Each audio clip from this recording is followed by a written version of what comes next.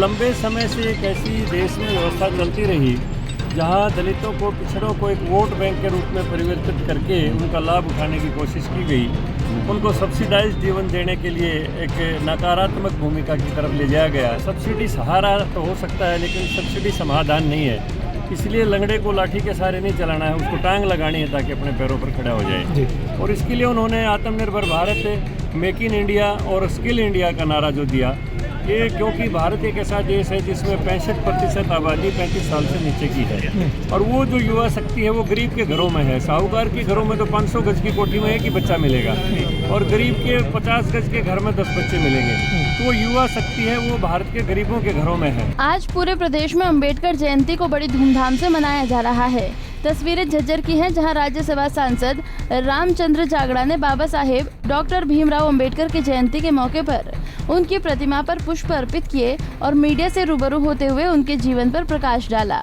साथ ही इस दौरान उन्होंने पूर्व सरकारों पर दलितों और पिछड़ों को लेकर गंभीर आरोप लगाए।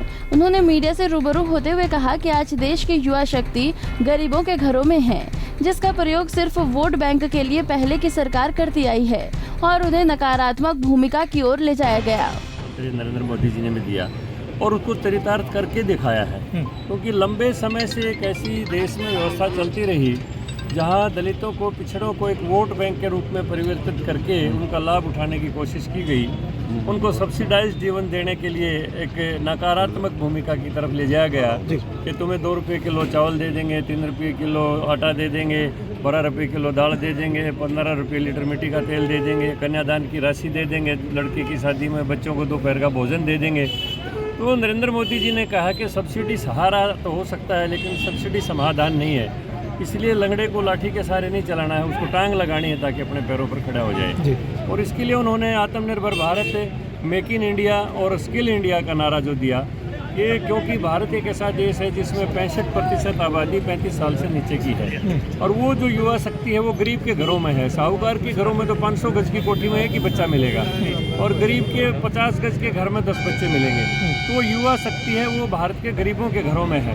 उस युवा शक्ति को हाथों को हुनर दे के मेक इन इंडिया का जो सपना साकार करने का प्रधानमंत्री जी ने जो विजन दिया है, वो सबसे बड़ा दलित उद्धार का एक कदम है।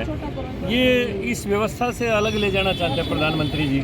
आज हमारे अनुसूचित वर्ग के भाई, खासतौर पर वाल्मीकि जी, हमें नौकरी दे दो, कहाँ लगवाएं कि कमेटी में स्वीपर लगवा दो, इससे बड़ी नौकरी नहीं मांगते।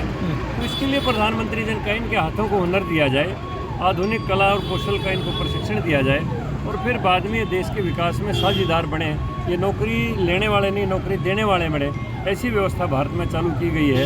और मेक इन इंडिया के तहत और स्टार्टअप इंडिया के तहत बहुत से अनुसूचित वर्ग के, मेरे पास पूरी बुकलेट है दिल्ली में, बहुत लोगों ने एंटरप्रेन्योर के रूप में अपने लोन लेके, क्योंकि बिना कोलेटरल गारंटी के सरकार ने व्यवस्था की है, बड़े बड़े उद्योग स्थापित किए हैं। और उस और भारत सरकार भी कदम उठा रही है, अपने दलित वर्ग के लोगों में, पिछड़ों में भी चेतना आ रही है। तो मैं समझता हूँ आने वाला समय, जो प्रधानमंत्री जी ने एक समय कहा था कि हिंदुस्तान के आने वाले 10 वर्ष जो है दलितों और पिछड़ों के लिए समर्पित होंगे, और उसी संकल्प के साथ सरकार चल रही है। राज्यसभा सांसद रामचंद्र जागड़ा ने कहा कि संकल्प का कोई विकल्प नहीं है। उन्होंने प्रदेश व केंद्र की पूर्व सरकार पर निशाना साधते हुए कहा कि इन सभी ने दलित व पिछड़ा वर्ग को केवल और केवल वोट बैंक के तौर पर ही उपयोग किया। सभी सरकारें दलितों और पिछड़ा वर्ग को नकारात्मक भूमिका की ओर ले जाती रही है, लेकिन प्रधानमंत्री नरेंद्र मोदी की सोच है कि बैसाखी देकर आदमी को ज्यादा दिनों तक नहीं चलाया जा सकता, इसलिए उसे बैसाखी व लाठी की बजाय उनकी टांगे नहीं लगाई जाए ताकि वो अपने पैरों पर स्वयं चल सके। उनकी सोच है कि सब्सिडी का सहारा तो है, लेकिन समाधान नहीं है। इसलिए प्रधानमंत्री नरेंद्र मोदी का सपना आत्मनिर्भर भारत बनाने का है, जो कि अब वो सपना साकार होता नजर आ रहा है। झज्जर से प्रवीण कुमार धनखड़, पंजाब केसरी टीवी। हमसे जुड़े रहने के लिए हमारे YouTube चैनल को सब्सक्राइब करें और नई वीडियो की नोटिफिकेशन के लिए बेल आइकॉन को दबाएं। अगर आप ये वीडियो Facebook पर देख रहे हैं तो लाइक जरूर करें और ज्यादा से ज्यादा शेयर करें। धन्यवाद।